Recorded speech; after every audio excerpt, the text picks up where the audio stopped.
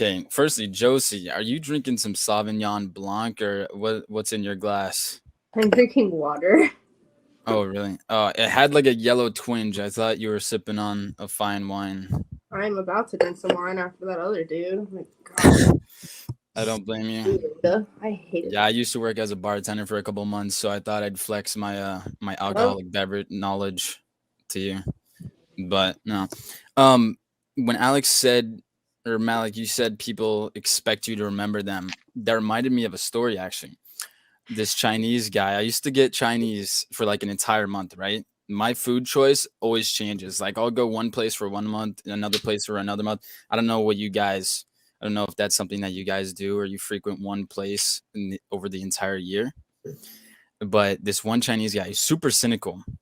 And we had this conversation. We always had heartfelt ones. And he told me one day, he's like, Hugh, if you stop coming here, I'm not going to remember you. And I'm like, that's so devastating, Danny. That was his name. And I stopped going there. And like 3 weeks later, one of my friends went there and he gave them a gift to give to me. And he gave me this little Bitcoin coin, So he just remembered. a little sentimental gift after he said he was going to forget me. So does anybody have a story like that?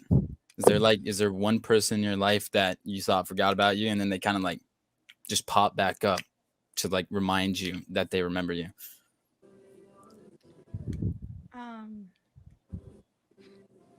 Not really. Like if we're talking Everyone's about like saying- real life stories, I don't think so. But if we're talking about like online encounters, there's been a couple people like the last guy. There's actually a lot of people because people like will watch my Twitch or follow me on Instagram and think they know me and like I know them, and then like they'll stop watching me for a couple of years, come back and be like, "Oh, I remember when we used to talk."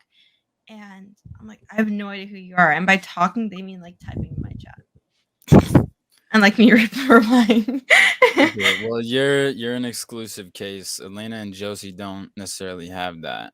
Yeah. Like, are you As I guys said, there's thinking, no like. or are you just blank right now? You don't have any special stories like that. First of all, if this is a cold storage that you have with the BTC, don't use it. What do you mean? These type of cold storages are very easily crackable. Wait, these? Yeah, I've got. Wait, yeah, no. I've got Okay, a I lot don't of think you gave me a cold real storages. Bitcoin though. I No, think no, it no. was As a cold storage as a device, don't use it because it's just super easy crackable. Oh. No, but off topic. I don't have a story to tell, or at least I have one, but it's not. It's too private to share. Too private. Too private to share with me or with the community here right now. It's just too private to share in general. Okay. Josie, are you lucky enough to have a story like that, or are you? You're just like such a memorable face that nobody's forgotten you and come back. I suppose. I don't know. It's always the people that like I don't want to come back that come like lingering back, and I'm like, I didn't Really. I don't want to be reminded of you. You know, that's kind of that. I feel like that's the life of a woman, though. Like with me, I don't think I've ever had an encounter like that. There's never been like any females or dudes that just come trickling back after I get rid of them.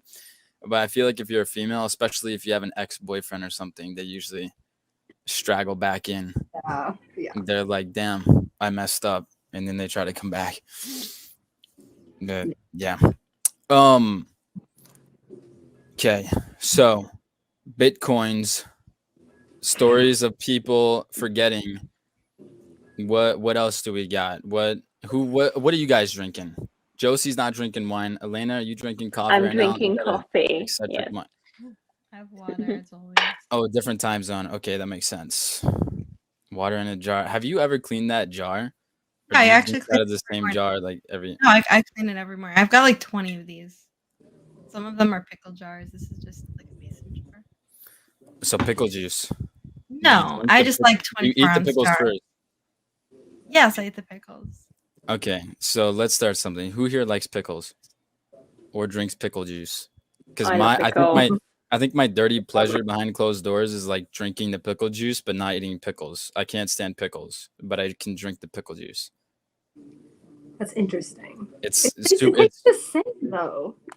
yeah, but it's like super nutritious. I don't know. I don't like the textures. They're too like Okay, that's fair. soft, and I like them crunch. No, Maybe if no, they're the crunchy. proper pickles they shouldn't be soft. They should be crispy and crunchy. Yeah, I like if they were crunchy. Maybe it's just where I'm from. I'm from the Midwest, so we're not necessarily known for pickle farming. So maybe I need to like does We got London? pickles here. Pickles are canned though. You like they can be shipped anywhere. Yeah, but Yeah. canned pickles are gross. Wait, Josie, in Kansas City, that's like the pickle capital. No, we just like you can go to the store and buy pickles, and they got a crunch to them. Okay. All right, so I need to go down to Kansas City, I guess. I was there 3 years ago. Okay, we're on the topic of stories. So one time, this guy, I was in an alleyway in Kansas City. I was in downtown. There's like this one bar. It has like a bunch of Chinese restaurants and like some chicken finger restaurants. Then there's a bar and then a Parlor? roof. Yeah, Parlor. that. Yes. It was right next to the Kansas City Stadium. And I was in the alleyway on one of those bird scooters. Why are you And in because I was on a bird scooter, I was by myself, I was exploring the town, small town boy goes big, I had to explore. And this guy pulls up in this like utility truck and he looks at me, he's like, "What are you doing down here by yourself?" I'm like, "Oh, I'm not from here." And I told him where exactly I was from. Dumb idea. But I trusted him for some reason. He's like, "Well, there's this I'm turning this little place on the corner of the street down here into like a rave club, like a dance club." He's like, "You want to go check it out?" And I was like, "Fuck yeah." So we went down there and this guy, he walked me in and he like showed me the entire place and he locked the door behind me. So that was my first, like, I was kind of like weirded out, but I trusted him. I was like same height, bigger than him. I could have taken him out. But it's just a weird story. And then I was like 17. So I went back and told my mom and she's like she just had this mortified look on her face. Like, what the fuck are you doing? But I don't know. I have an issue with trusting. Was that guy looks for help? No, it was actually Coach Whitepill. That started our friendship arc. Okay. All right. So, Hugh, how do you think this went, 1 through 10? Oh man, I felt like I did most of the talking. It was a tough crowd. I didn't work them very well. My stand-up routine was not great tonight. I feel like maybe with more time, I don't know. 3-ways are not great. I like one-on-one action. So let's go with the. I'm not gonna hold myself to a bad standard. I'm gonna say it was an 8 out of 10. I enjoyed it myself. Okay, interesting. So let's go one by one. Josie, would you go on a date with Hugh? No. Number 2.